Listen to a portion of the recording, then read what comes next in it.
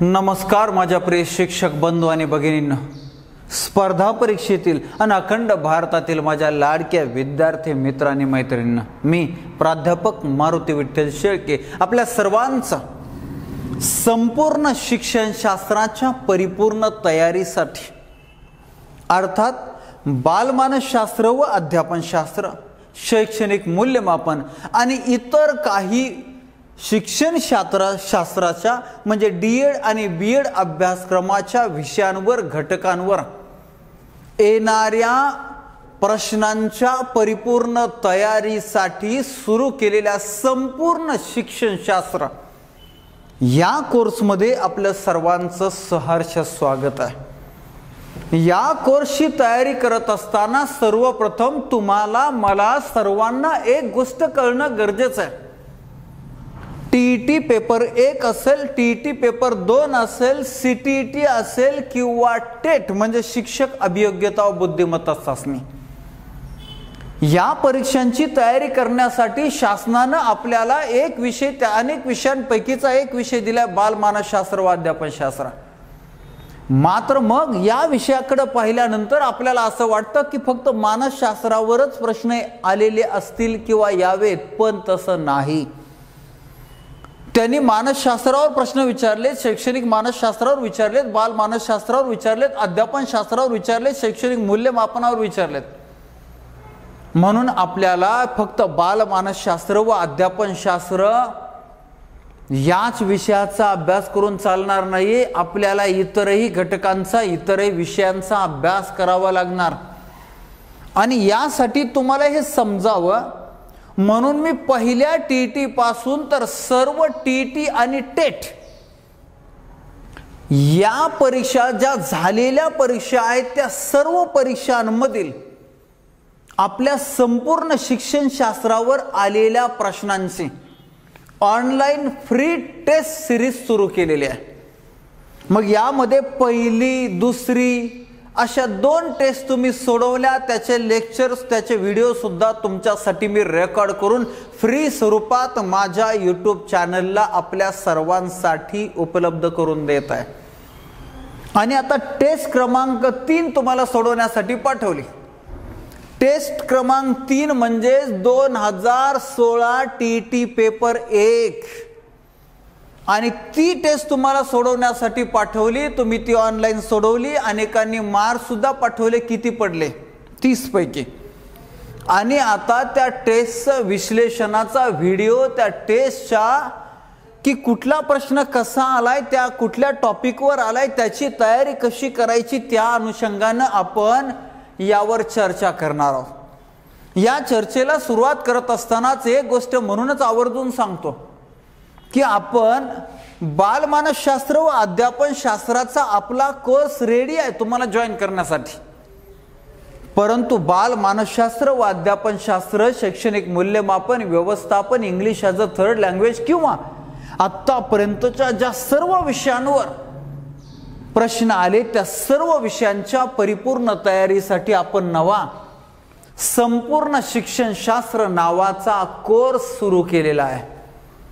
आणि हाही कोर्स तुम्ही खरं तर आता हाच कोर्स जॉईन करा आणि लवकरच आपण हा संपूर्ण शिक्षणशास्त्र नावाचा कोर्स अहमदनगरच्या आपल्या अकॅडमीच्या हॉलमध्ये ऑफलाईन लेक्चर सुद्धा सुरू करत आहोत, सुरू करणार आहोत। म्हणून ज्यांना ज्यांना जॉईन करायची त्यांनी आपली नावे माझ्या मोबाईलवर कॉल करून किंवा मेसेज करून ऑफलाईन साठी कळवावीत, ऑफलाईन साठी। आणि ऑनलाईन साठी त्याचबरोबर या फ्री टेस्ट सोडवण्यासाठी तुम्ही मास्टरमाइंड अकॅडमी नावाचं आपलं ॲप डाउनलोड करा आणि या टेस्ट सर्व फ्री सोडवा। किती मार्क्स पडतायत हे तुम्हाला कळणार आहे आणि अशा प्रकारचे लेक्चर सुद्धा तुमच्यासाठी फ्री देत आहे, हे व्हिडिओ सुद्धा फ्री देत आहे। चला सुरुवात करूया। प्रश्न क्रमांक 1, नॉर्मन इजी यांनी सांगितलेल्या प्रभुत्व संपादन उपपत्तीचे खालीलपैकी कोणते वैशिष्ट्य नाही? आता हा पहिलाच प्रश्न जो आहे तो बालमानसशास्त्र व अध्यापनशास्त्राचा नाहीये, तो शैक्षणिक मूल्यमापनाचा प्रश्न आहे। आणि या शैक्षणिक मूल्यमापन या विषयामध्ये उद्दिष्टांचे वर्गीकरण, उद्दिष्टांचं स्पष्टीकरण, उद्दिष्टांचं वर्णन, उद्दिष्टांची मांडणी नावाचा एक अतिशय महत्त्वाचा टॉपिक आहे. आणि या टॉपिकवरचा हा प्रश्न आहे.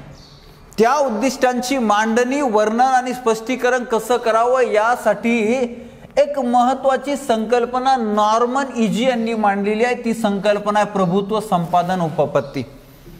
आणि प्रभुत्व संपादन उपपत्तीमध्ये त्यांनी उद्दिष्टांची मांडणी कशी असावी हे सांगितलंय. पण आता तुम्हाला हे उद्दिष्टांची मांडणी म्हणजे काय तर आपल्या अध्ययन क्षेत्राचे 3 गटामध्ये वर्गीकरण केलेले आहे. बोधात्मक म्हणजे ज्ञानात्मक क्षेत्र, भावात्मक क्षेत्र आणि क्रियात्मक क्षेत्र. या क्षेत्रामध्ये मग ज्ञानात्मक क्षेत्रामध्ये ज्ञान, आकलन, उपयोजन हे जे उद्दिष्ट आहेत त्या उद्दिष्टाबद्दल मी बोलत आहे. तसंच क्रियात्मक क्षेत्रामध्ये सुद्धा आहे अनुकरण, क्रिया, कौशल्य वगैरे. तर या उद्दिष्टांची मांडणी नॉर्मन इजी यांनी कशी असावी याचं स्पष्टीकरण सांगितलंय.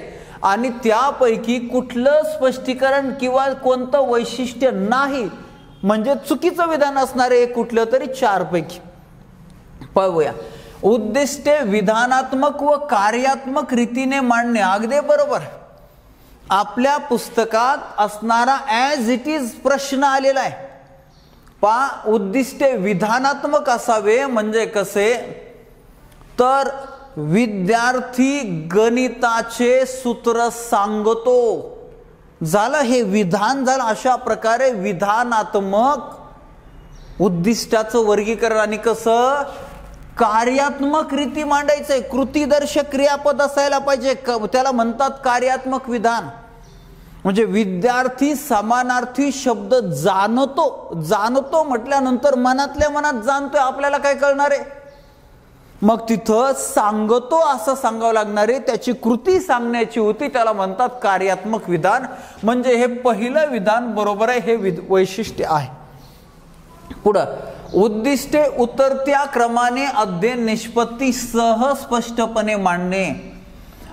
उद्दिष्टे मांडायचे ज्ञान, आकलन, उपयोजन अशा रीतीनं उद्दिष्टे चढत्या क्रमाने मांडायचे असतात, उतरत्या क्रमाने नाही. म्हणून हे दुसरं विधान चुकीचं आहे. आपल्याला हेच उत्तर असणारे पाहूया पुढे. ताबडतोब प्राप्त होणारी उद्दिष्टे स्पष्ट करणे. अगदी बरोबर. नॉर्मन इजी म्हणतात आपण प्रत्येक घटकावर प्रभुत्व संपादन करू शकतो. यासाठी छोटे छोटे उद्दिष्ट मांडायचे जे आज आत्ता ताबडतोब लगेच प्राप्त होतील. आणि मी याचं स्पष्टीकरण देत असताना तुम्हाला असं सांगितलं होतं मोठी मोठी उद्दिष्ट मांडायची नाही. मैं तेरे लिए चांद तारे तोड के लाऊंगा तसलं नाही. आता भूक लागली बाबड्या वडापाव खाऊ घाल तिला, तर अशा रीतीचे उद्दिष्ट मांडायचे. हेही विधान बरोबर आहे.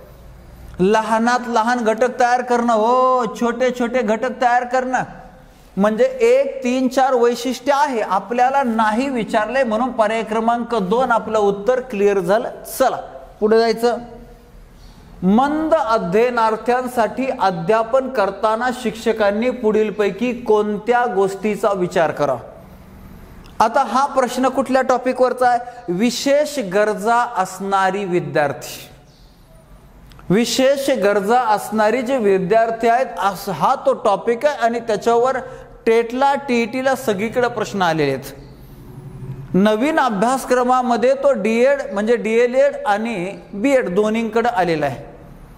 पाहूया आता काय तर मंद विद्यार्थी आहेत. मंद विद्यार्थ्यांसाठी अध्ययनार्थ्यांसाठी अध्यापन करताना शिक्षकांनी पुढीलपैकी कोणत्या गोष्टीचा विचार करावा. मंद अध्ययनार्थ्याबद्दल सहानुभूतीपूर्ण दृष्टिकोन असावा. अगदी बरोबर आहे. मंद अध्ययनार्थ्याच्या गतीनं शिक्षकाचे अध्यापन मिळते जुळते असावे. अगदी बरोबर आहे. मंद अध्ययनार्थ्याचा अभ्यासक्रम तात्विक स्वरूपाचा असावा. तात्विक नाही तर इथं तात्विक स्वरूपाचा अभ्यासक्रम काही कामाचा नाही. त्याला पोकळ तत्वज्ञान कशाला, त्याच्या लेव्हलचं पाहिजे. म्हणजे पर्याय क्रमांक 2 बरोबर आहे. बरोबर. पुढं अध्यापन करताना अमूर्त गोष्टींची उदाहरणे द्यावेत, अमूर्त नाही मूर्त गोष्टींची उदाहरणे द्यावेत, त्यांना समजतील अशी उदाहरणे द्यावेत. अशा रीतीनं क ड चुकीचं आहे, अ ब बरोबर आहे. म्हणजे पर्याय क्रमांक 1 अ आणि ब, अ आणि ब. चला आपल्याला उत्तर मिळालं, पुढे जायचं. व्यक्तिभेद निर्माण होण्यातील प्रमुख घटक परिस्थिती होय. ओके, त्या संदर्भात खाली दिलेले कोणते विधान योग्य नाही? बर,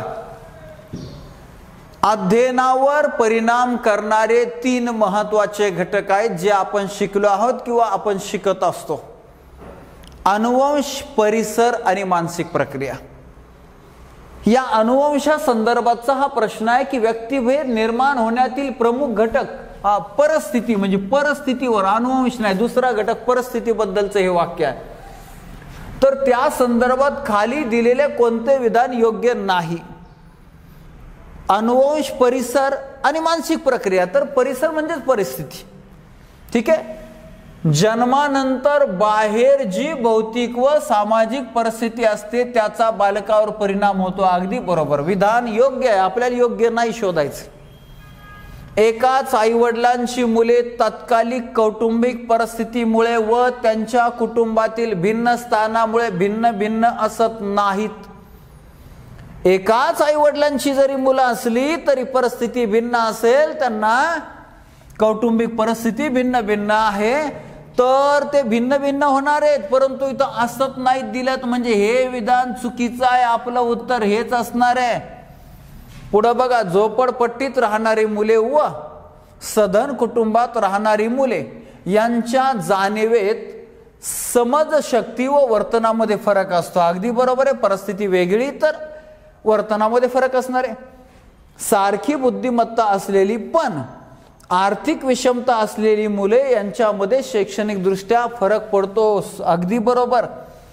म्हणजे 1, 3, 4 विधानं बरोबर आहेत. आपल्याला चुकीचं शोधायचं आहे, ते 2 चुकीचं आहे. पर्याय क्रमांक 2 आपलं उत्तर. नेक्स्ट, अनुवंशाचा अध्ययनावर परिणाम होतो या विधानाला खालीलपैकी कोणती विधाने पुष्टी देतात? म्हणजे मगाच्या टॉपिकवरच हा प्रश्न आहे. मगाचा परिसरावर होता, आता हा अनुवंशावर आहे. ज्या अनुवंशावर ग्रेगॉर मेंडेलने मोठं संशोधन केलं, त्याने वाटाण्यावर संकर घडून आणून काही महत्वाचे निष्कर्ष मांडलेत. आणि या अशा अनुवंशा संदर्भात हे विधान आहेत. पाहूया आपण काय. अनुवंशाचा अध्ययनावर परिणाम होतो या विधानाला खालीलपैकी कोणती विधाने पुष्टी देतात? बर, अध्ययनात विद्यार्थ्याच्या जन्मजात क्षमतांचा विचार आवश्यक असतो. अगदी बरोबर. जन्मजात माणूस, लहान बाळ, कुणी जन्माबरोबर काही जन्मजात क्षमता तो बरोबर घेऊन येत असतो. वाघाच्या पिलाला ट्रेनिंग द्यायची गरज पडत नाही. माशाच्या पिलाला वाघाच्या पिलाला शिकारीची ट्रेनिंग द्यायची गरज पडत नाही. माशाच्या पिलाला पोहायची ट्रेनिंग द्यायची गरज पडत नाही. अगदी अशा पद्धतीनं जन्मजात क्षमतांचा विचार तिथं आवश्यक आहे. पहिलं विधान पुष्टी देतंय. बरोबर. बालकाच्या विकासाची दिशा अनुवंशिकतेवरून ठरवता येते. हे सुद्धा बरोबर. बाळाचे पाय पाळण्यात दिसतात असंही म्हणतो. पुढं, प्रत्येकाची उपजत वृत्ती व कल लक्षात घेऊन अध्ययन प्रक्रियेचे नियोजन व मापन करावे. हे सुद्धा बरोबर. बालकांमध्ये आढळणारी व्यक्ती भिन्नता ही अनुवंशिकतेच्या भिन्नतेमुळे आढळते. हे सुद्धा बरोबर. म्हणजे त्याचा अर्थ 4ही विधानं बरोबर आहे. पर्याय क्रमांक 4 आपलं उत्तर आहे. अ ब क ड सर्व विधानं पुष्टी देत आहेत. चला, प्रश्न क्रमांक 4चं उत्तर क्लिअर झालं. जाऊया पुढे. अभ्यासक्रम, नियोजन, सूचना व कृती आणि मूल्यमापन या 4 टप्प्यातून केली जाणारी कृती म्हणजे अध्यापन, असे मत खालीलपैकी कोणत्या शिक्षण तज्ञाने मांडले? अध्यापन प्रक्रिया हा जो टॉपिक आहे, या टॉपिकवर हा प्रश्न आहे. मग यामध्ये आपण अध्यापनाच्या अनेक व्याख्या पाहतो. अध्यापनाचे 2-3 गट पाहतो. शिक्षक केंद्रित, विद्यार्थी केंद्रित, वातावरण केंद्रित. आणि मग त्यांची वैशिष्ट्ये समजून घेतो. त्यावर आतापर्यंत अनेक वेळा परीक्षेला प्रश्न आलेत आणि हा तर व्याख्येचा प्रश्न आहे. आणि ही व्याख्या बघा लक्षात कसे ठेवायची, कोणाची ज्या व्याख्येमध्ये अभ्यासक्रम, नियोजन, सूचना आणि कृती अशा 4 संकल्पना मांडल्या, ती अध्यापनाची व्याख्या डंकन यांची आहे. पर्याय क्रमांक 2 आपलं उत्तर झालं. हा पाठांतराचा भाग आहे, लक्षात ठेवण्याचा भाग आहे. मात्र अध्यापनाच्या व्याख्येत ह्या 4 संकल्पना ज्यांनी मांडल्या त्या डंकन. पुढे खाली दिलेल्या मानसशास्त्रज्ञांची नाव व त्यांनी दिलेल्या बुद्धिमत्तेच्या व्याख्या यांच्या जोड्यांचा पर्याय ओळखा. कोणता? पहा, आतापर्यंत सर्वात जास्त कोणत्या संकल्पनेच्या व्याख्येवर जास्त प्रश्न आलेत असा जर तुम्ही चेक केलं तर सर्वात जास्त प्रश्न बुद्धिमत्तेच्या व्याख्येवर आलेले. का कुणास ठाऊक, परंतु ही व्याख्या खूपच आवडते असं दिसतंय. आणि मग पाहूया आपण, हा सुद्धा भाग पाठांतराचा आहे, लक्षात ठेवण्याचा आहे. मग इथं पहा 4 पर्याय दिलेत. नव्या परिस्थितीशी यशस्वीरित्या समायोजन. बर, व्याख्या मानसशास्त्रज्ञ. हा चला, बुद्धिमत्तेच्या व्याख्यांची जोडी लावायची. मग इथं नव्या परिस्थितीशी यशस्वीरित्या समायोजन ही अ ची जोडी आपल्याला विल्यम जेम्सची ही व्याख्या विल्यम जेम्सने मांडलेली. ओके. पुढं पूर्वानुभवाच्या आधारे नैसर्गिक कल सुधारण्याची क्षमता. पूर्वानुभवाच्या आधारे नैसर्गिक मॅकडुगलची व्याख्या आहे ल. ओके. त्याच्यानंतर अध्ययन क्षमतांचे संयुक्त संघटन. अध्ययन क्षमतांचे संयुक्त संघटन ही व्याख्या गेट्सची आहे. आणि काय? बदलत्या परिस्थितीत नव्या गरजा भागवण्यासाठी लागणारी विचारशक्ती ही व्याख्या ड व विल्यम स्टर्न. अशा रीतीनं जोड्या लावल्या आणि म्हणजेच याचा अर्थ पर्याय 1 2 3 3. पर्याय क्रमांक 3 आपले जोडी बरोबर आहे. आपलं उत्तर आहे पर्याय क्रमांक 3. चला पुढे. हाही पाठांतराचा भाग आहे, ज्ञानावर आधारित असणारा प्रश्न. प्राथमिक स्वरूपाची मानसिक क्रिया म्हणजे संवेदना होय. झाली. संवेदनेची व्याख्या दिली. अध्ययनावर परिणाम करणारे 3 महत्त्वाचे घटक: अनुवंश, परिसर आणि मानसिक प्रक्रिया. आणि या मानसिक प्रक्रियेमधील पहिल्याच क्रमांकाची म्हणजे प्राथमिक स्वरूपाची मानसिक प्रक्रिया म्हणजे संवेदना, सेन्सेशन. आणि याचा काय? या संदर्भातील पुढीलपैकी कोणती विधाने असत्य आहेत विचारले. असत्य. बरं, पाहूया असत्य विधान. तर संवेदना ही शुद्ध निर्भेळ असेलच असे नाही. लहान मुलांना संवेदना ही जी होते ते निर्भेळ असते, शुद्ध असते. म्हणजे खरं पाहिलं तर हे विधान अर्ध सत्य आणि अर्ध असत्य असं आहे, पण तरी 100% सत्य नाही असं आपण म्हणूया. म्हणून हे एक आपल्याला असत्य सापडणार आहे. असत्य शोधायचे. कोणती संवेदना निर्माण होण्यासाठी बाह्य उद्दीपकाची आवश्यकता असते. हा, हे सत्य आहे, हे बरोबर विधान आहे. संवेदना निर्माण होणे आपल्या इच्छेवर अवलंबून असते. नाही समोर वाघ आलाय आणि आपली इच्छाच नाही वाघाकडे बघायची, तर असं होणार आहे का कधी? तर हे विधान चुकीचं आहे. विविध प्राण्यांच्या संवेदन क्षमता भिन्न भिन्न असतात. अगदी बरोबर आहे. काही प्राण्यांना 100 किलोमीटरचा वास येतोय आणि काही प्राण्यांना जवळचा दिसत नाही. संवेदन क्षमता भिन्न भिन्न असतात. म्हणजे 2 विधानं चुकीची सापडली आपल्याला. अ आणि क, याचा अर्थ अ आणि क. इथं पर्याय अ ब ब क, अ आणि क. फक्त पर्याय क्रमांक 3 आपलं उत्तर सापडलं. विधाने असत्य शोधायची होती आणि ते अ आणि क आहेत, म्हणजे पर्याय क्रमांक 3 आपलं उत्तर. नेक्स्ट. खाली दिलेल्या विधानांपैकी विस्मरणाबाबत कोणते विधान असत्य आहे? स्मरण विस्मरण नावाची एक महत्वाची संकल्पना आहे. एबिंगहॉसने विस्मरणावर मोठं संशोधन केलेलं आणि त्याच्यातून काही अनुमान, काही निष्कर्ष काढलेले. तर आता स्मरण विस्मरण नावाच्या मानसिक प्रक्रियेबद्दल मांडलेल्या या वाक्यांबद्दल चर्चा करूया. कोणते विधान असत्य आहे विस्मरणाबद्दल? जसा काळ पुढे जातो तसे पूर्वीच्या गोष्टी विस्मरणात जातात. अगदी बरोबर. म्हणजे स्मरण कमी होतं आणि विस्मरण वाढतं. पहिलं विधान बरोबर आहे, परंतु आपल्याला असत्य शोधायचं. पठनानंतर ज्या क्रिया घडतात त्याचा विस्मरणावर परिणाम होत नाही. पठनानंतर ज्या क्रिया घडतात त्याचा विस्मरणावर परिणाम होत असतो. हे चुकीचं आहे. तुम्ही अभ्यास केला ना, अभ्यास केल्यानंतर जर पिक्चर पाहिला, बघा ग, मग खूप अभ्यास केला, शैक्षणिक मानसशास्त्र, बालमानसशास्त्र, सगळं वाचलं, वाचायचं झालं आणि लगेच पिक्चर लावलाय कहो ना प्यार आहे ऋतिक रोशनचा, अमिषा पटेलचा भलता डान्स पाहिला है, आणि दुसऱ्या दिवशी पेपरला सुरुवात झाल्यानंतर काय दिसणार आहे, ऋतिक रोशन आणि अमिषा पटेलच दिसणार आहे. तर अशा रीतीनं पठणानंतर ज्या क्रिया घडतात त्याचा स्मरण विस्मरणावर परिणाम होत असतो. तिसरा, झोप, दमन तसेच अनुभव यांचा उपयोग न करणे यामुळे विस्मरण होते. तर झोप, दमन तसेच अनुभव यांचा उपयोग करायला पाहिजे. चांगली झोप स्मरणासाठी चांगली असते, त्यामुळे विस्मरण कमी होतं. म्हणजेच अनुभव यांचा उपयोग न करणे यामुळे विस्मरण होतं. बरोबर. पुरोगामी व प्रतिगामी निरोधन हे विस्मरणाचे कारण, हेही बरोबर. म्हणजे आपल्याला चुकीचा पर्याय सापडलाय, असत्य पर्याय. पर्याय क्रमांक 2. जाऊया पुढे. अध्ययन या संज्ञेस खालीलपैकी कोणते विधान लागू पडत नाही. तर अध्ययन प्रक्रिया, स्वरूप, व्याप्ती हा बालमानसशास्त्र व अध्यापनशास्त्र या विषयाचा दुसराच टॉपिक आहे.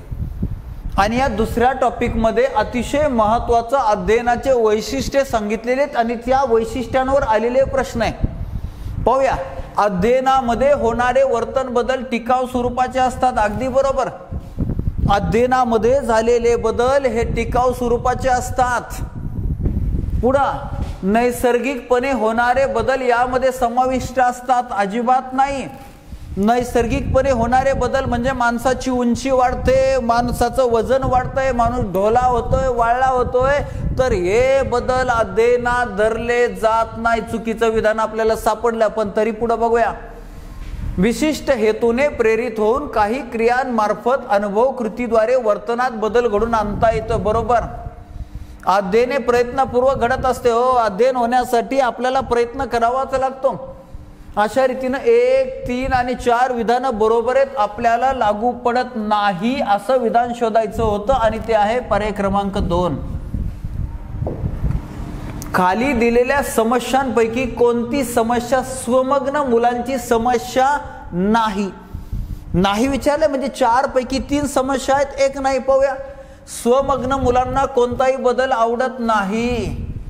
स्वमग्न मुलांना त्यांच्या विश्वात रमायला आवडतं. ते बदलाच्या भानगडीत पडत नाही. विधान बरोबर आहे. स्वमग्न मुलांना संप्रेषण कौशल्यात अडचणी येतात. हे सुद्धा बरोबर आहे. कम्युनिकेशन, संप्रेषण. स्वमग्न मुलांच्या हालचाली नियंत्रित असतात. नियंत्रित नाही, अनियंत्रित असतात. म्हणजे हेच विधान चुकीचं आहे.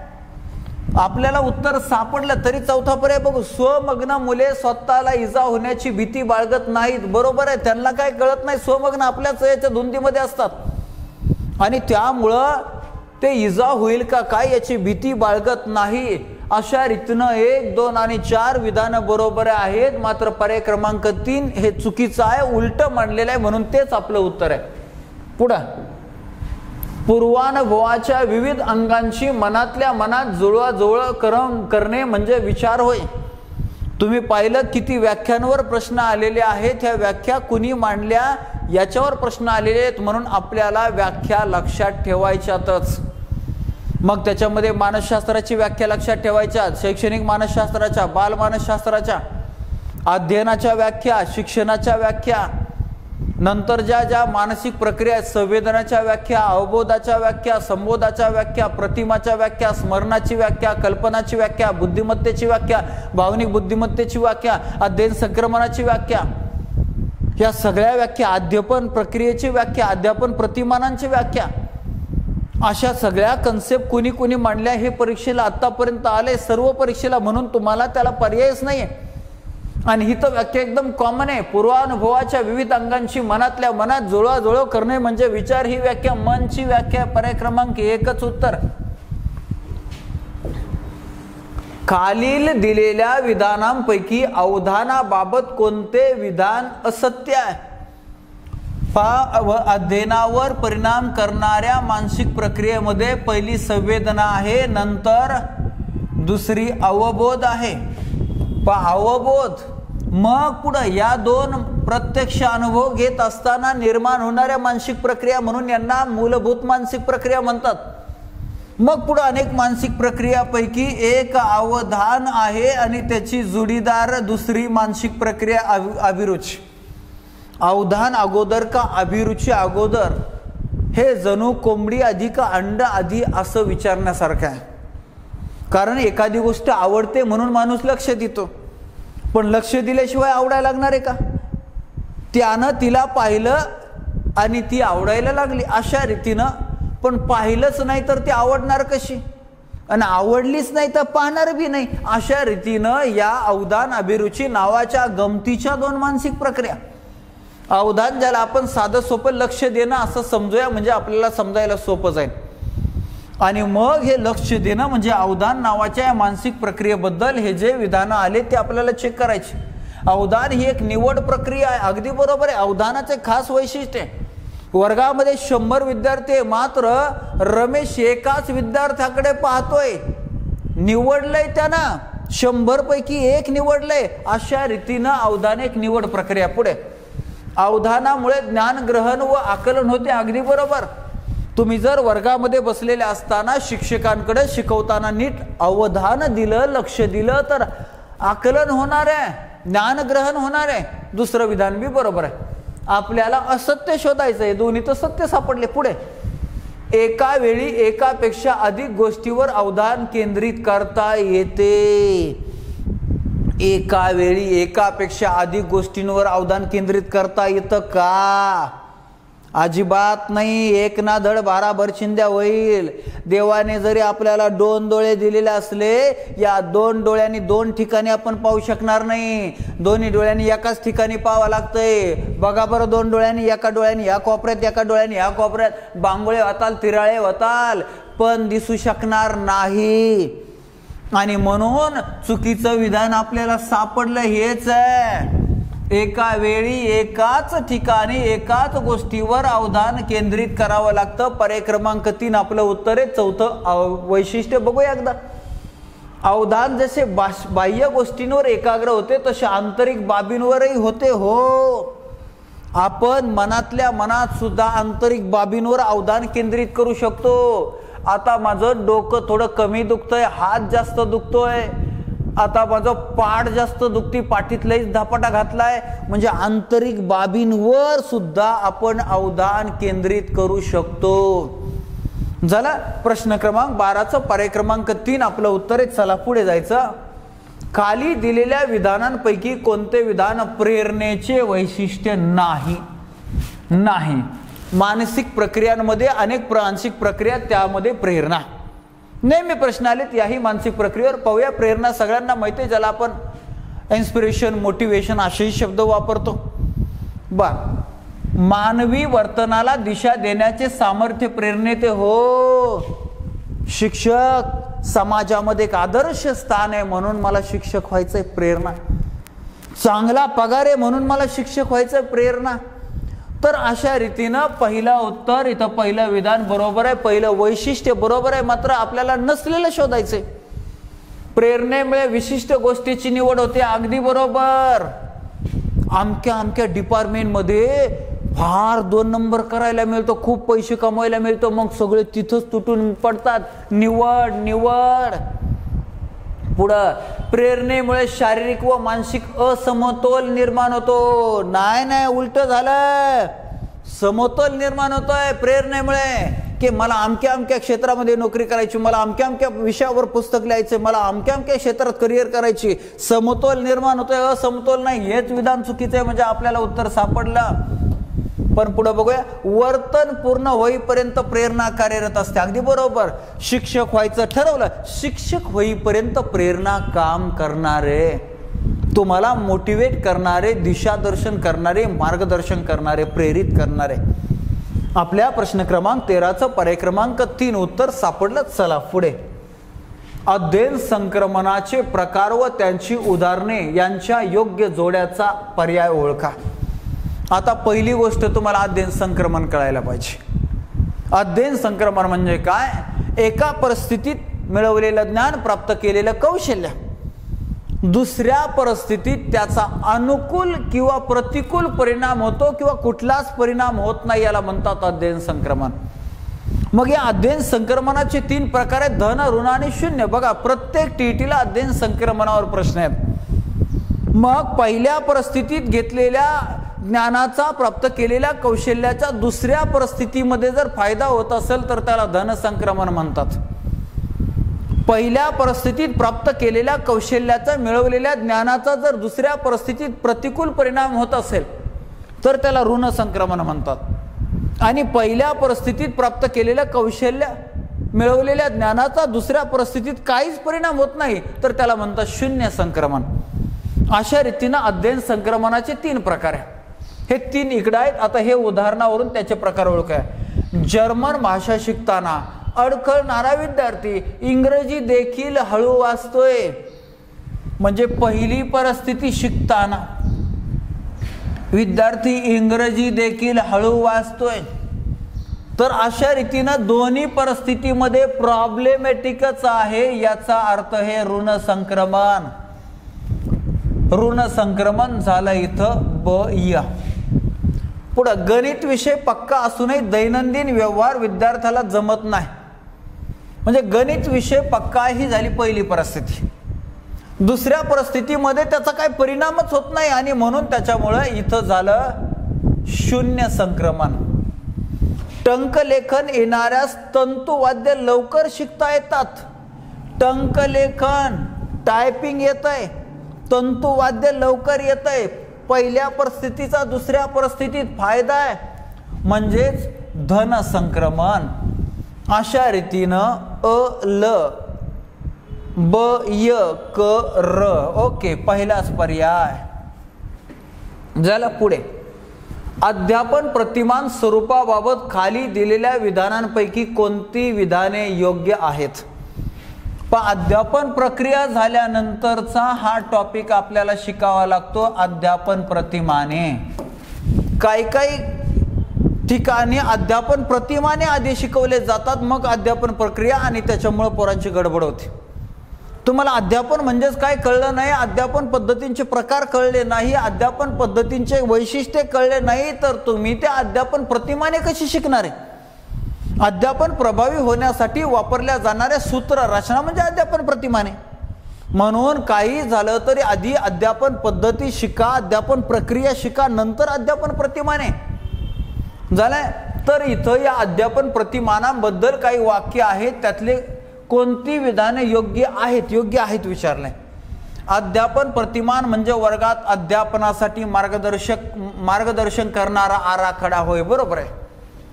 अध्यापन प्रतिमान म्हणजे अन्य परिस्थितीत अध्यापनासाठी मार्गदर्शन करणारा आराखडा होय. काय अन्य परिस्थितीत? बरोबर आहे, तेच. अध्यापन प्रतिमान वापरताना साचेबंदपणा असावा. साचेबंदपणा नाही तर व्यापकता असायला पाहिजे, स्वातंत्र्य असायला पाहिजे, सर्व व्यापकता असणं गरजेचं. हे विधान चुकीचं. बरं, 3च विधानं दिले, अ आणि ब बरोबर, म्हणजे पर्याय क्रमांक 1.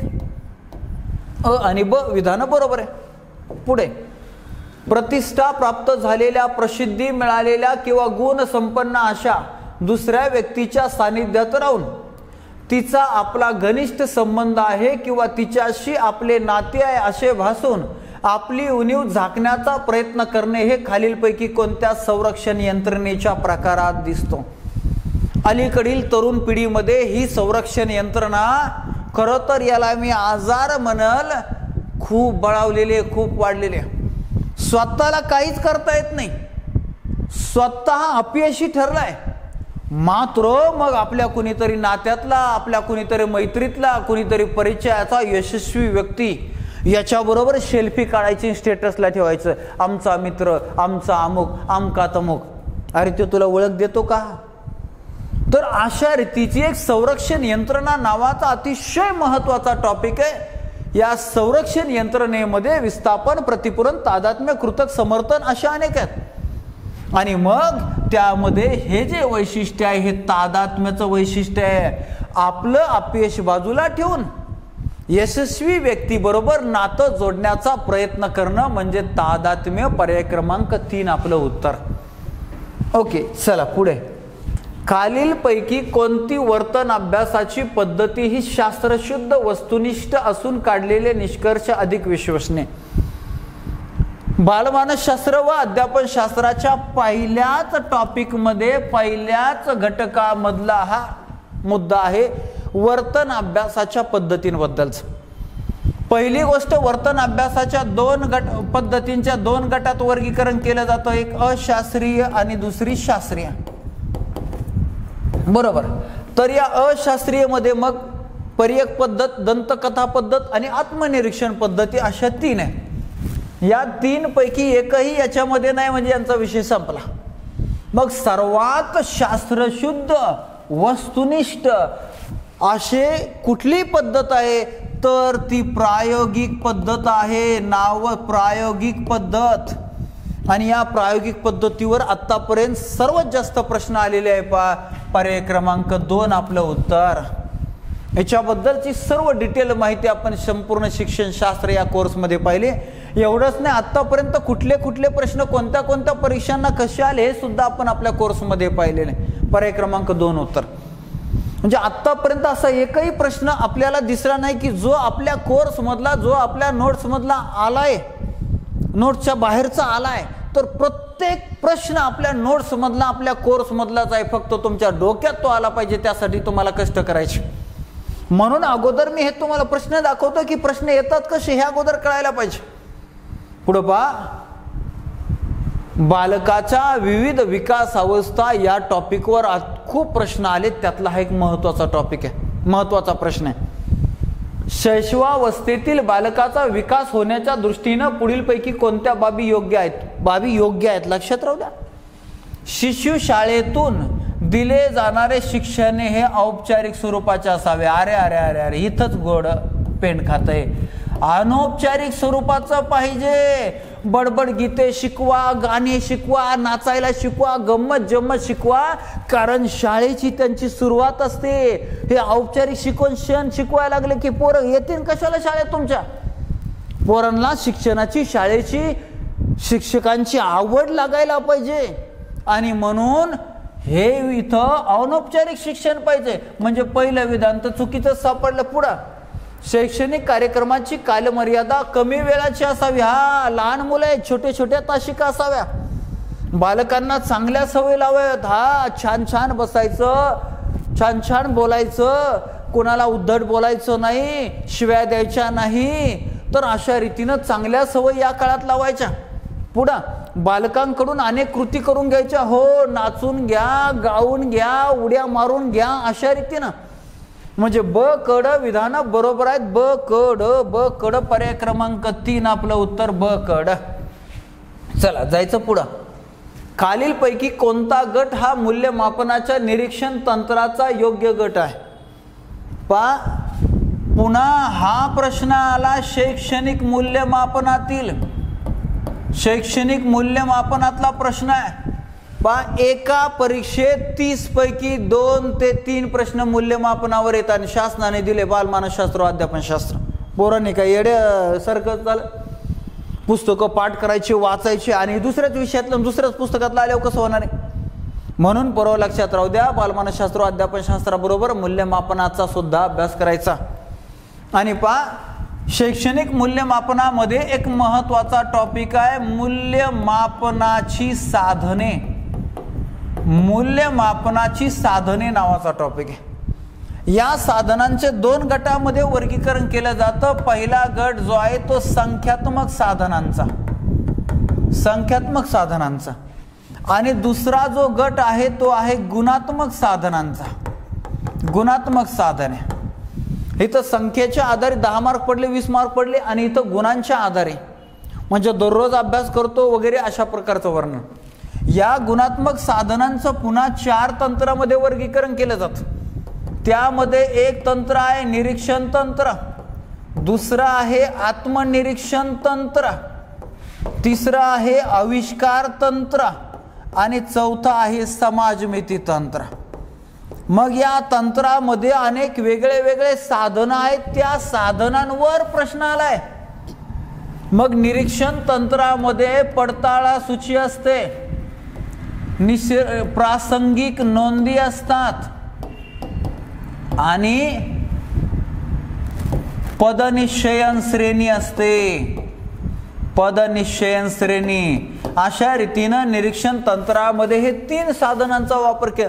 म्हणजे एकानं दुसऱ्याचं निरीक्षण करायचंय आणि अशा प्रकारे नोंदी करायची. मग निरीक्षण तंत्र हे 3चं झालं. पडताळा सूची, समस्या सूची, दैनंदिनी नाही, हे खिचडी आली. ही पडताळा सूची निरीक्षण आली, समस्या सूची आत्मनिरीक्षण आली, म्हणजे हा भाग नाही. मुलाखती, समस्या सूची हे सुद्धा नाही. वाक्यपूर्ती म्हणजे आविष्कार आले, समाजमिती तंत्र आले, हे बी नाही, हे बी नाही. अरे 4ही पर्याय उत्तर नाही आहे. उत्तरात 4ही पर्यायामध्ये अचूक पर्याय नाही. हा याचा अर्थ हा प्रश्न तो रद्द झालेला आहे. हा प्रश्न गव्हर्नमेंटने रद्द केलाय. पर्यायच अचूक टाकता नाही आले तर काय करा. चला 19व्या प्रश्नाचं खरं उत्तर हे असणारे लक्षात राहू द्या. पडताळा सूची, प्रासंगिक नोंदी आणि पदनिश्चयन श्रेणी. नेक्स्ट, थॉर्नडाईकच्या संयोजनवादी उपपत्तीचा पाया कोणता आहे. आता बऱ्याच जणांना असं वाटलं सर हे संयोजनवादी म्हणजे काय, नवीनच आला. अरे संयोजनवादी म्हणजे साहचर्यवादी बाबड्या हो. साहचर्यवादी उपपत्ती आहे ना. साहचर्यवादी उपपत्ती म्हणजे चेतक प्रतिसाद अनुबंध निर्माण झाला की साहचर्यवादी उपपत्ती अध्ययन होतं असं सांगते. मग या साहचर्यवादी उपपत्तीमध्ये थॉर्नडाईकची प्रयत्न प्रमाद उपपत्ती आहे, पॅव्लोवची अभिजात अभिसंधान उपपत्ती आहे आणि स्किनरची साधक अभिसंधान उपपत्ती. हे आपल्याला पहिले समजायला पाहिजे. आणि मग आता या उपपत्तीचा पाया या 4 पैकी कोणता आहे. चेतक प्रतिसाद अनुबंध बघा, मानसशास्त्रीय निष्कर्ष रक्ताभिसरण संस्थेशी निगडीत आहे. याचा काय संबंध आहे. चेतक व प्रतिसाद यांच्यामध्ये परस्पर संबंध निर्माण होणे अगदी बरोबर. अध्ययन प्रक्रियेत कृतीला महत्व न देणे, चेतकाशी प्रतिसादाशी साहचर्य निर्माण झाले नाही तरी अध्ययन होते, अजिबात नाही. आमच्या थॉर्नडाईकने आमच्या साहचर्यवादी उपपत्तीवाल्यांनी हेच तत्व सांगितलेले आहे. चेतक प्रतिसाद अनुबंध. चेतक प्रतिसाद अनुबंध म्हणजे चेतक म्हणजे स्टिम्युलस, प्रतिसाद म्हणजे रिस्पॉन्स आणि अनुबंध निर्माण व्हायला पाहिजे म्हणजे बॉन्ड, BOND. अशा रीतीने SRB नावाचं सूत्र मांडलं. या साहचर्यवादी उपपत्तीचा हा पाया आहे. झालं. अशा रीतीनं प्रश्न क्रमांक 20 पर्याय क्रमांक 2 उत्तर. पुढे जायचं. डॅनियल गोलमन आलं भावनिक बुद्धिमत्ता, इमोशनल क्वेश्चन. डॅनियल गोलमन यांच्या भावनिक बुद्धिमत्तेच्या घटकातील व्यक्तिमत्व व सामाजिक क्षमता व त्यांची लक्षणं यांच्या योग्य पर्यायांचा जोड्याला. भावनिक बुद्धिमत्तेचा विकास होत असताना एका विशिष्ट टप्प्यानं होत असतो आणि त्या टप्प्यांचं हे वर्गीकरण, ते टप्पे हे सांगितलेले डॅनियल गोलमनने. आणि मग हे जे वर्गीकरण आहे त्याचा अर्थ इकडच्या जोड्यामध्ये, त्याचे लक्षणं, त्याचा अर्थ इकडे सांगितलाय आणि मग ते आपल्याला योग्य जोड्या लावायच्यात. बघा चला, आत्मपरिचय त्यालाच आपण आत्मभान असं म्हणतो. स्वतःच्या भावना आपल्याला कळल्या पाहिजे. काय आवडतं, काय नाही आवडत, कशाचा राग येतो हे स्वतःला कळलं पाहिजे. सेल्फ अवेअरनेस, आत्मभान, आत्मपरिचय. तर इथं आपल्या भावना, अभिरुची, कमतरता शोधणे झालं. इथं आपल्या भावना, आत्मपरिचय कळलं. आता अभिप्रेरणा, प्रेरणा तर कळतंय तुम्हाला, तसाच अर्थ इथं असणार आहे. मग इथं बघा, अपयशाची कारणे शोधून पुन्हा प्रयत्नशील, प्रेरणा, पुन्हा प्रयत्न करणं, अभिप्रेरणा. तज्ञभूती. आता तज्ञभूती याचा अर्थ होतो सहसंवेदन, दुसऱ्याच्या भावना समजून घेणे. तर बघा, इतरांच्या कमतरता क्षमता समजून घेणे काय आला. तज्ञभूती म्हणजे सहसंवेदन. आणि आत्मनियंत्रण, स्वतःच्या वर्तनाची स्वतः जबाबदारी घेणे, आत्मनियंत्रण. आत्मनियंत्रण, भावना कळल्यानंतर त्या भावनांवर नियंत्रण बी असायला पाहिजे का नाही. काय भावना, मला लाडू खूप आवडतात, मग मिठाईच्या दुकानाच्या समोरून जाताना सारे लाडू चुरितो का. Control, control. तर अशा रीतीचं भावनिक बुद्धिमत्तेच्या विकासाचे हे 4 टप्पे आहेत आणि त्यांची लक्षणं आहेत, अर्थात त्याचे ते अर्थ आहेत. आणि याच्या जोड्या आपण लावल्या. मग या जोड्या ओके इथं तर लावल्या, तरी बी इथं कुठं पर्याय सापडतोय त्याच्यामध्ये. पर्याय क्रमांक 2. चला पुढे. बाल गुन्हेगारी टाळण्यासाठी पुढील पैकी कोणत्या बाबी सहाय्यभूत ठरतील. विशेष गरजा असणारे विद्यार्थी हा टॉपिक जो आहे, विशेष गरजा असणारी बालके या टॉपिकवरचा हा प्रश्न आहे. तर बाल गुन्हेगारी टाळण्यासाठी पुढीलपैकी कोणत्या बाबी सहाय्यभूत ठरतील, मदत करतील बाल गुन्हेगारी टाळायची? कौटुंबिक स्वास्थ्य असणे अगदी बरोबर. कौटुंबिक स्वास्थ्य जर चांगलं असेल तर बाल गुन्हेगार, घरातली लहान मुलं गुन्हेगाराकडे वळणारच नाही. ज्या घरामध्ये व्यसनी लोक आहेत, दुराचारी लोक आहेत, गुन्हेगार लोक आहेत, अशा घरामध्ये लहान मुलं गुन्हेगार होता नाही. बरोबर. संघर्ष व दमन यांचा मानसिक झगडा टाळणे अगदी बरोबर आहे. जर आपल्या मनातल्या भावभावना आपण एका विशिष्ट लेवलपर्यंत दमन करू शकतो, त्याच्या पलीकडे गेल्यानंतर भावनांचा विस्फोट होतो आणि माणूस गुन्हा करतो, गुन्हेगार बनतो. आणि म्हणून संघर्ष व दमन यांचा मानसिक झगडा टाळला पाहिजे, हेही विधान बरोबर आहे. पुढे मुलांना कठोर शासन करणे, नाही नाही नाही नाही, कठोर शासनानं मुले उलट गुन्हेगारीकडे वळतात, हे विधान चुकलं. लैंगिक भ्रष्टाचार व अनैतिकता टाळणे हे सुद्धा बरोबर आहे. म्हणजे अबड पर्याय क्रमांक 3 आपलं उत्तर. चला पुढे. खालीलपैकी कोणत्या व्याख्या समायोजनाच्या आहेत? समायोजन माहिती आहे ना, साधा आपण शब्द वापरतो ॲडजस्टमेंट, बदलत्या परिस्थितीशी जुळून घेऊन असा साधा सोपा अर्थ वापरला जातो. आपल्याला समायोजन, कुसमायोजन, विसमायोजन हा फार मोठा महत्त्वाचा टॉपिक आहे. तो आपल्याला शिकला नाही तर आपला 1 मार्क 100% गेला म्हणून समजा. त्याच्याच पुढे मग मानसिक संघर्ष असतो. त्या मानसिक संघर्षाचे वेगळे वेगळे प्रकार ते आपल्याला शिकावे लागतात, समजून घ्यावे लागतात. हवे हवे, हवे नको, नको नको, हवे हवे, हवे नको, हे सगळं गमतीचं आहे, ते शिकायचं आहे. याच्यामध्ये बघा आता समायोजनाच्या व्याख्या. परिस्थितीला तोंड देण्यासाठी अधिक संरक्षणात्मक पवित्रा घेणे, बरोबर आहे. व्यक्तिगत आवडीनिवडी, गरजा तसेच सामाजिक घटक यांना अनुसरून योग्य त्या समाजमान्य प्रतिक्रिया देणे. व्यक्तिगत आवडीनिवडी, गरजा तसेच सामाजिक घटक यांना अनुसरून योग्य त्या समाजमान्य प्रतिक्रिया देणे. तसेच सामाजिक घटक यांना अनुसरून योग्य त्या समाजमान्य प्रतिक्रिया देणे. परिस्थितीचा विचार करून अनुरूप संबंध प्रस्थापित करणे, हेही बरोबर आहे.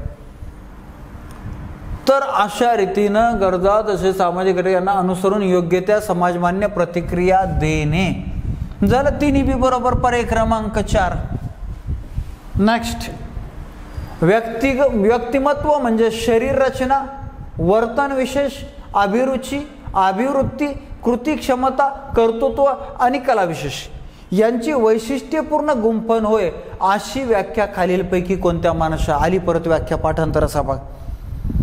तर मी ही व्यक्तिमत्वाच्या खूप व्याख्या आहेत, त्या व्याख्या कशा लक्षात ठेवायच्या? मी ही व्याख्या लक्षात ठेवण्यासाठी अगदी 2008 सालीच एक क्लृप्ती अशी तयार केली. खूप संकल्पना, खूप शब्द त्याच्यात मांडलेले आहेत. शरीर रचना, वर्तन विशेष, अभिरुची, अभिवृत्ती, कृती क्षमता, कर्तृत्व, कला विशेष आणि काय यांची वैशिष्ट्यपूर्ण गुंफण. एवढं संकल्पना लक्षात ठेवायची म्हणजे काय? तुम्ही मनाने, मानसशास्त्रज्ञ काय बी सांगतान, मनानेच आपल्या जोडीचं वाढीत राहतान आणि आम्ही पाठ करीत बसायचं होय. काय नुसतेच मनाने वाढवा, मनाने वाढवा, मनाचीच व्याख्या. अनेक संकल्पना मांडलेल्या आहेत आणि मग ती मनाची व्याख्या आहे असं आपण लक्षात ठेवायचं आहे. नॉर्मल एलमनची व्याख्या. पर्याय क्रमांक 1 उत्तर. मी तर लक्षात ठेवतो, तुम्ही तुमची कन्सेप्ट वापरू शकता. पुढे. एडवर्ड थॉर्नडाईक यांच्या बुद्धिमापनाच्या बहुघटक उपपत्तीवर आधारित. एडवर्ड थॉर्नडाईकची बुद्धिमापनाची बहुघटक उपपत्ती, ओके, आधारित कसोटी खालीलपैकी कोणत्या घटकांनी तयार झाली आहे? त्यांनी जी उपपत्ती मांडली त्यामध्ये CAVD नावाची संकल्पना मांडली.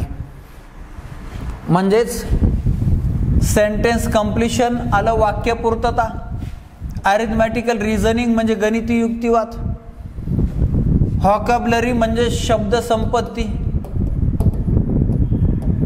शब्द संग्रह, D फॉर डायरेक्शन म्हणजे दिशानुगमन, म्हणजे हेही बरोबर, हेही बरोबर, हेही बरोबर, आणि स्मृती. अरे हा, तर स्मृती हा पर्याय चुकीचा आहे. वाक्यपूर्तता, गणिती युक्तिवाद, शब्द संपत्ती आणि दिशानुगमन असे 4 पर्याय असायला पाहिजे होते, तर पर्याय क्रमांक 1 उत्तर असतं. मात्र इथं पर्याय चुकीचे, म्हणून हा प्रश्न सुद्धा शासनानं रद्द केलेला आहे.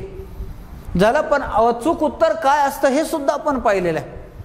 झालं. प्रश्न क्रमांक 25चं उत्तर पाहिल्यानंतर 26, अध्ययन उपपत्तीचा ज्ञानात्मक अध्ययन उपपत्ती या वर्गात खालीलपैकी कोणत्या उपपत्तींचा समावेश होत नाही.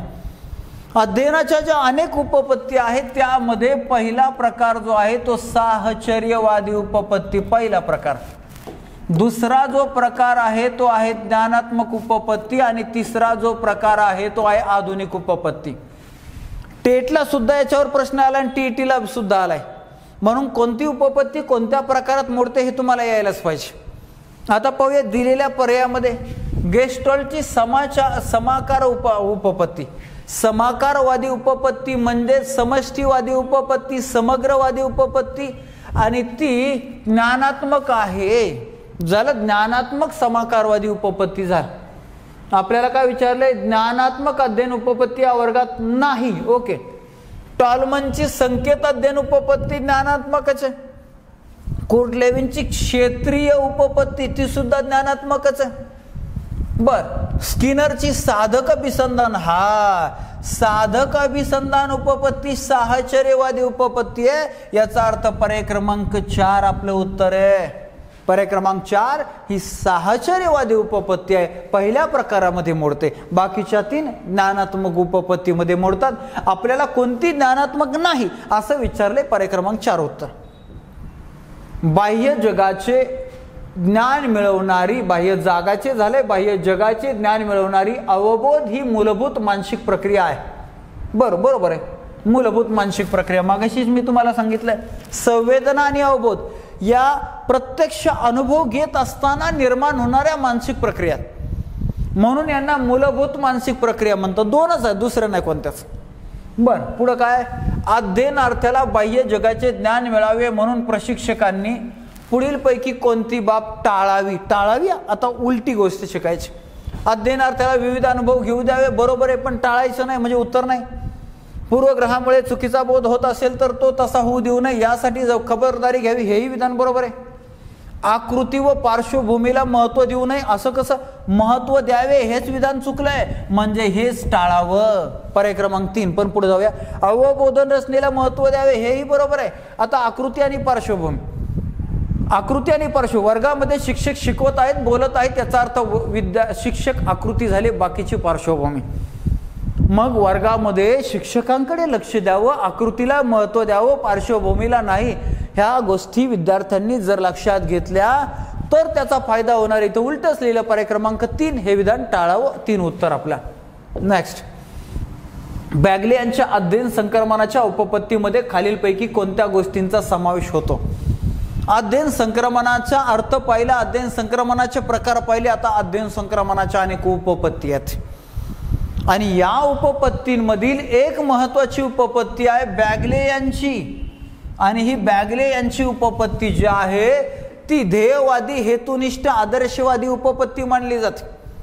आणि त्यांनी त्या उपपत्तीमध्ये कोणत्या गोष्टीचा समावेश केलाय पाहूया आपण. एखादी कृती सहेतुक व ध्येयनिष्ठ दृष्टीने केली तर तिच्यातील अध्ययन संक्रमण मूल्य वाढते. अगदी बरोबर. म्हणजे बॅगले यांच्या या उपपत्तीचं सारच आहे की काय, तर काहीतरी ध्येय असल तरच अध्ययन संक्रमण मूल्य वाढतं. म्हणजे डीएड बीएड करत असताना तुम्ही मानसशास्त्र शिकलात आणि आता टीईटीची किंवा टेटची तयारी करत असताना तुम्हाला त्याची गरजच नसती तर तुम्हाला ते फार आठवलं नसतं. मात्र आता गरज आहे म्हणजे हेतू आहे, ध्येय आहे, म्हणून अध्ययन संक्रमण होतं. अशा रीतीनं पहिलं विधान बरोबर. पुढं, आपली ध्येयनिष्ठा व हेतू किती प्रामाणिक आहेत यावर संक्रमण मूल्य अवलंबून असते. अगदी बरोबर आहे. अनेकांना बालमानसशास्त्र, अध्यापनशास्त्राचा अभ्यास करायचा आहे, मात्र कुणाची किती इच्छाशक्ती आहे त्या ज्वलंत इच्छाशक्तीवर डिपेंड आहे की किती अध्ययन संक्रमण मूल्य वाढणार, किती फायदा होणार पहिले शिकल्याचं. दुसरं विधान पण बरोबर आहे. विचार व दृष्टिकोन संकुचित असतील तर नवीन विचार सहेतुकपणे आत्मसात करता येतात. संकुचित नसतील. विचार व दृष्टिकोन संकुचित नसतील म्हणजे व्यापक असतील तर नवीन विचार सहेतुकपणे आत्मसात करता येतात. हे सुद्धा बरोबर सांगितलंय त्यानं. तिन्ही विधान बरोबर आहे. म्हणजे वरील सर्व पर्याय क्रमांक 4 उत्तर वरील सर्व सगळे बरोबर. चला पुढे. खालीलपैकी कोणते उदाहरण हे शिक्षक प्रधान अध्यापन पद्धतीचे आलं. अध्यापन पद्धतीवर पुन्हा प्रश्न आला. आता शिक्षक प्रधान म्हणजे शिक्षकालाच महत्व आहे, विद्यार्थ्यांना महत्वच नाही असे. विद्यार्थ्यांना त्या प्रक्रियेमध्ये सामावूनच घेत नाही, सहभागी करूनच घेतलं जात नाही अशी अध्यापन पद्धती. मग मोस्टली व्याख्यान पद्धती तर तुम्हाला माहितीच आहे, परंतु इथं 4 पर्यायापैकी शोधायचं. शिंदे सरांनी चित्रपट वरदान की शाप या विषयावर चर्चा आली म्हणजे विद्यार्थी सहभागी आहेत, शिक्षक प्रधान नाही आली. गोगेटबाईंनी कोणत्या तरी बाई आहेत पर्यवेक्षित अध्ययनाचा तास शाळा सुटल्यावर घेतला. पर्यवेक्षित अध्ययनामध्ये स्वयं अध्ययन आणि मार्गदर्शन हे एकत्र असतं. म्हणजे इथं सुद्धा आपल्याला शिक्षक प्रधान सापडले नाही, इथंही शिक्षक प्रधान नाही. शर्मा सरांनी भूकंप या विषयावर भाषण दिले. भाषण एक पात्री असतंय, गुरुजी एकटेच बोलले. हे विधान शिक्षक प्रधान आहे. आपल्याला उत्तर सापडलं पर्याय क्रमांक 3. पण पुढे जाऊया. चौथं काय. साबळेबाईंनी विद्यार्थ्यांना एक वैज्ञानिक समस्या सोडवायला दिली म्हणजे सहभागी करून घेतले पोरांना. हे सुद्धा शिक्षक प्रधान नाही. शिक्षक प्रधान म्हणजे भूकंपावर भाषण आहे. शर्मा सरांचा पर्याय क्रमांक 3 उत्तर. नेक्स्ट प्रश्न 30वा. खाली दिलेल्या विकास विषयाच्या विधानामध्ये कोणते विधान असत्य आहे. विकासाबद्दल वाढ, विकास व बालकाच्या अवस्था हा अतिशय महत्वाचा टॉपिक आहे आणि त्यामधील विकास या संकल्पनेवर विधान आले. त्यातलं असत्य कोणतं आहे हे बघायचं. व्यक्ती आणि वातावरण यात आंतरक्रिया होते व त्यामुळे विकास घडून येतो. अगदी बरोबर, विधान बरोबर आहे, पण आपल्याला असत्य शोधायचं आहे. प्रगतीच्या स्वरूपात बदल होण्याच्या क्रियेला विकास संबोधतात. अगदी बरोबर, हेही बरोबर. गुणधर्मात होणाऱ्या बदलांची जाणीव करून देणारा विकास असतो. अगदी बरोबर. वाढ ही विकासाच्या तुलनेत व्यापक संकल्पना नाही, उलट झालं. वाढ ही छोटी संकल्पना आहे, विकास मोठी संकल्पना आहे. इथं उलट केलंय. वाढ म्हणजे उंची वाढली त्याला म्हणायचं वाढ, पण विकास शेवटच्या आयुष्याच्या शेवटच्या क्षणापर्यंत सातत्यानं होतच राहतोय. आणि म्हणून पर्याय क्रमांक 4 इथं हे असत्य विधान आहे. पर्याय क्रमांक 4 आपलं उत्तर आहे. 30 प्रश्न झाले म्हणजे संपले असं ना. ओके. अशा रीतीनं माझ्या शिक्षक बंधू आणि भगिनींना संपूर्ण शिक्षणशास्त्र नुसतं बाल मानसशास्त्र अध्यापनशास्त्र म्हणायचं नाही. संपूर्ण शिक्षणशास्त्र आणि या संपूर्ण शिक्षणशास्त्रावर 2016 साली TT पेपर 1ला जे प्रश्न आले होते 30 प्रश्न 30 गुणांसाठी, त्यावर आपण चर्चा केली सविस्तरपणे. यावर आपण भाष्य केलेलं आहे. ही चर्चा, हा संवाद आपणास कसा वाटला कमेंटच्या रूपाने अवश्य कळवा. कारण आपल्या कमेंट मला अशा रीतीच्या नवनवीन उपक्रम करण्यास, लेक्चर घेण्यास, रेकॉर्डिंग करण्यास प्रेरणादायी ठरतात, प्रोत्साहित ठरतात. आपल्या सहकारी बांधवासाठी सकारात्मक विचार ठेवून अशा प्रकारचे व्हिडिओ, अशा प्रकारचे चॅनल्स शेअर करायला विसरायचं नाही. आणि याच्या पुढच्या टेस्ट तुम्हाला फ्री सोडवायला हवेत, यासाठी आपल्या चॅनलला सबस्क्राईब करून ठेवा. त्याचबरोबर आपलं मास्टरमाइंड अकॅडमी नावाचं ॲप जे आहे ते डाउनलोड करून ठेवा, जेणेकरून तुम्हाला सर्व टेस्ट पेपर 1, पेपर 2च्या 2021 पर्यंतच्या सर्व फ्री सोडवायला येणार आहेत. आणि अशा सर्व टेस्टसाठीची आणि टेटची परिपूर्ण तयारी करायची असेल तर तुम्हाला संपूर्ण शिक्षणशास्त्र हा कोर्स जॉईन करावा लागेल. आणि जॉईन करण्यासाठी संपर्क करा मला 94 20 75 22 45 या माझ्या क्रमांकावर. या लेक्चरच्या डिस्क्रिप्शनमध्ये मी आपल्या ॲपची लिंक आणि डायरेक्ट संपूर्ण शिक्षणशास्त्र या कोर्सची लिंक सुद्धा देतो की ज्या लिंकवरून तुम्ही डायरेक्ट त्या कोर्समध्ये जाऊ शकता आणि तो कोर्स जॉईन करू शकता. चला, या टेस्टच्या विश्लेषणामध्ये इथेच थांबूया. पुन्हा भेटू पुढील विश्लेषणामध्ये. धन्यवाद. Thank you very much.